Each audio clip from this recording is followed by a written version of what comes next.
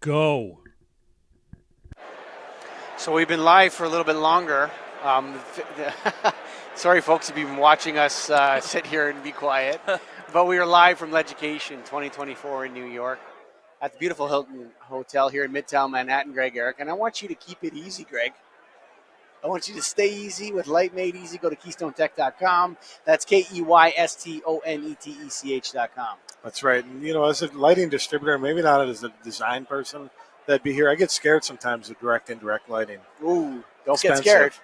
Wild. But Keystone's got their Linta product, and I've actually sold it now several times. Direct, indirect lighting has smart loop capability, so you can control it, and you can link them together. Looks great, cleans up the room. Do direct, indirect. Don't be scared. It's our great honor to be joined here by Bert Grant and Jamie Eck. How would you guys are you LEDucation organizers, Jamie? What would you describe yourself as?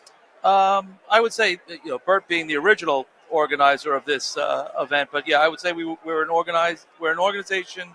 We're committee based out of the DLF-NY. I would say that it's a volunteer organization. So everything you're seeing that's put together here, other than Jason from Connexus, is volunteer. So this show with all these people here is put on by volunteers? Yes. That's Bert, you gotta expand on that because this is pretty incredible, actually. Well, we're a not-for-profit organization, and as such, everybody basically is doing this for the love of lighting and the love of our careers. Wow, hats off to that. So, this, a lot of people talk about Light Fair and Light and Build. This is its own thing. It's not a competition with anybody else, Jamie. No. Yeah.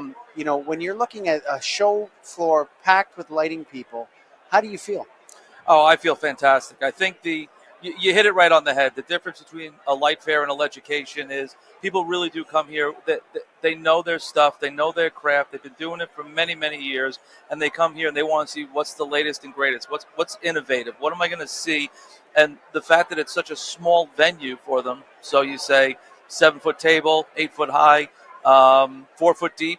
You got to show me your best in a very compact way. Everything's an elevator's pitch here, and if you can get your message across, it'll expound for you, right? With all these designers, when they see something and they like it, and they'll take that idea and then take it even further. You get that here, whereas Light Fair seems to be more of the manufacturers are coming. They have these big booths. They're showing what their breadth, their size. But here, I think you get really down to the nitty gritty. And Bert, when you started this, did you ever imagine it would get to this point? It was this show only. It was 10 booths. Well, the initial show about 18 years ago was 35 exhibitors and approximately 350 attendees. Wow. So you can see how the show has expanded to like 450 exhibitors and over 10,000 attendees. That's really incredible. What a success story. And, sometimes, I remember Light Fair in 2006 was my first Light Fair. Mm-hmm. And I've never seen anything like this. And I've been to shows all over the world. Everybody down here is a lighting person of some kind or type, or whether they're a distributor or a designer or whatever. Is this the future of lighting shows, nonprofits putting on events like this, Bert? What do you think? No, I think we're unique by doing a not-for-profit because all the other shows are for profit. So I don't think it's a trend. I just think it's something that's working for us and working for the industry here in the New York area. You're talking for the people, by the people, Bert. What do you think, Jamie? Well, I agree with that, and I'd like to go back to something that you said, and going back to what Bert is saying. This is considered a trade show at this point, but the reality is this was an educational event when LEDs were new, when they were evolving in the industry, and people didn't really understand that. So you had, the 30-plus manufacturers who came, and they were bulky, and they were big, and they were things we'd never considered using. The efficiencies weren't there, but we knew the technology was going to come across, right? So because we try to keep that integrity going, I think that's what makes us unique. And then also when we have the New York reps that are here, some New Jersey reps, that mix that you have, and we have them all in one place. So they have their own little pods inside of this large lighting community. So people are excited to come, and it doesn't matter where you are in the show. People are going to find you. right? They want to see your product. They want to see what you're doing, as opposed to, again, a typical trade show. You go, you see some stuff. You may or may not see something that you like. I think when you get here, this is everybody showing the best that they have. Is there a wait list to get in, or is everybody that wants to get in get in? No, there's a wait list. Mm-hmm. We have well over 100 people on the wait list. Mm-hmm. 100 people. Yeah. So is there a point where you guys are going to look at this and say, maybe we've outgrown the location? Well, this subject keeps coming up all the time because, as you could see today, the show is packed. It's truly packed. And people keep asking us, well, what are you going to do now? You need a bigger venue. What? The problem we have here in New York is there's two larger venues. One is the Marriott Grand Marquis in Midtown, and the problem is you'd have to have the show on 8 floors. Wow. You can't do a trade show on 8 floors. No. The other option is the Javits Center, which everybody's familiar with. Problem with the Javits Center is there's no restaurants nearby. There's no hotels nearby. It's difficult to get to. Plus, you have the union to contend with. Right. We'd have to double our rates that we charge for the show, plus the union issues. So at the moment, this is our best shot. It's interesting that you bring that up because a lot of people talk about Get a Grip on Lighting with its relationship with Nailed. And, Nailed has a specific mandate. That mandate is to serve the interests of the independent lighting distributor. Mm-hmm. And we don't want to change that, actually. And so we have to turn a lot of people away from Nailed that want to be members of Nailed. Like how many, I think it's is it 1 out of 5 that's actually a Nailed member that comes through that applies to be a member of Nailed? Right. We got to tell them, you should be a member of ALA, you should be a member of NALMCO, you should be a member of all these other greater IALD. Are you in the same boat, Bert, except way bigger? I'm not sure about that. Wow. Yeah. So that's the hard part is you guys aren't a competition with Light Fair, but I think people are starting to see it as more of the Light Fair to go to, more of the annual event to go to. Mm-hmm. So shouldn't we make it as big as possible? I'm not trying to put you on the spot, but I'm trying to figure out, what we do here. I would caution on size because then again it takes away what the integrity. Yeah. I think again I go back to because I've been part of this somewhere around LEDucation 3-4, and we're on 18 now. So when you look at why is this successful and it's grown literally year over year, whether it's the amount of people who want to be in it and the attendees that come, it's because there's an integrity to it. And it's not a ding on Light Fair. I think it's two different. Yeah, I agree. It's two different things. It's just the reality of this is the way Light Fair was. I mean, when I was coming up through the 90s, 2000s, everybody went to Light Fair. That's what you did.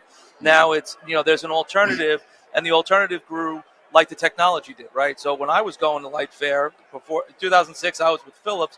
You were doing, there were fluorescents, there were ballasts, there wasn't any LEDs. So now all of a sudden you get this other thing that comes in and says, we're going to educate you about LEDs. And then LEDs takes over the industry. So to me, it's the show is evolving with the technology, and we rode that wave. We don't, we've done some controls, we've done some OEM style things for guys to come in and talk about.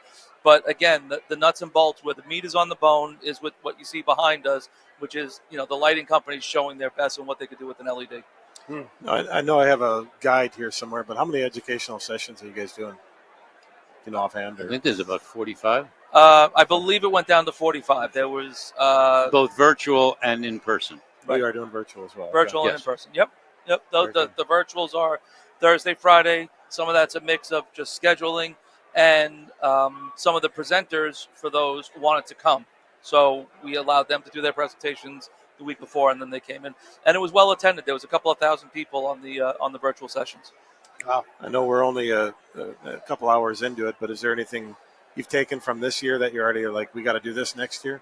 Well, they got to have Get a Grip on Lighting live streaming next year from the show. Well, yes. Positively on that one, yes. Just to mention, last year's show, we used 3 rooms.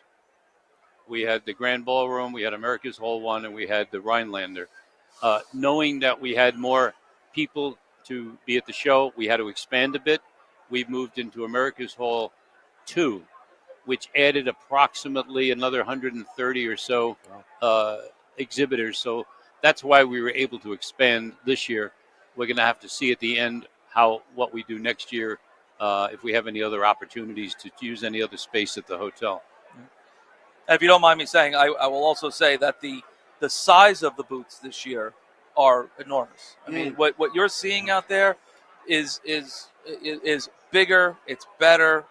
They're able to showcase more of the technology, and I believe part of that is the gap in years with Light Fair, right? So those marketing budgets that people were using, now they can maybe build that extra booth and ship it in and do everything that they have to do. There's no doubt in my mind. Bert and I were here last night, 11:30 last night, doing a walkthrough, and we've seen the crates and the wood that's leaving this place. I mean, it's incredible.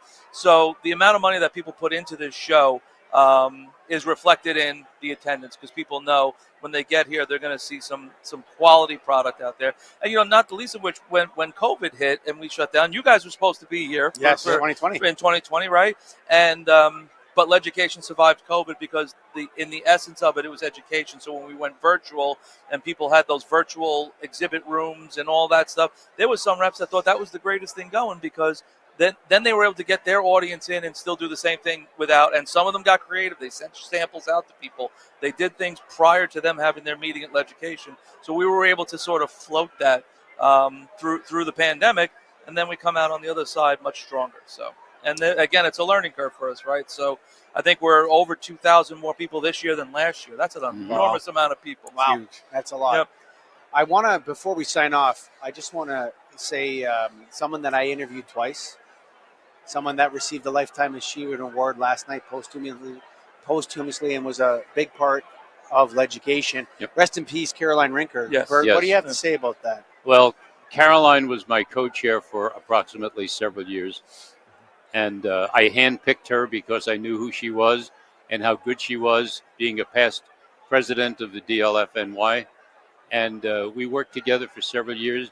And I always tell people, in that several years, I think we agreed on things 99% of the time. Wow. It's kind of hard to have a partner that you are in such agreement with all the time on every issue. So she was the best partner you could want. And, thanks to Randy Reed for giving her a Lifetime Achievement Award. Yeah. But, Bert, when you're serving... And I'd also like to just say, Sure. The reason I'm part of it, there was two people. Bob Nadell got me on this Yes. originally, and then Caroline Rinker and I doing those committee meetings, and we ended up working together the last couple of years. So last year, she had said that she was going to be stepping down as chair, and she said that she wanted me to take it, which I thought was a great honor. But, the award is well deserved. I mean, she was a titan in this industry, and the way she conducted herself, amongst others, is an example of how we should all behave. And then she's a big part, working with Bert, on why this show is a success. That there's no doubt. We often talk about serving the industry, Mhm. and Caroline Rinker did that in spades. Yes. So rest in peace, Caroline. And, of course, this show has been presented by the DLFNY and brought to you by Keystone Technologies. Go to KEYSTONETECH.com. Thanks for listening.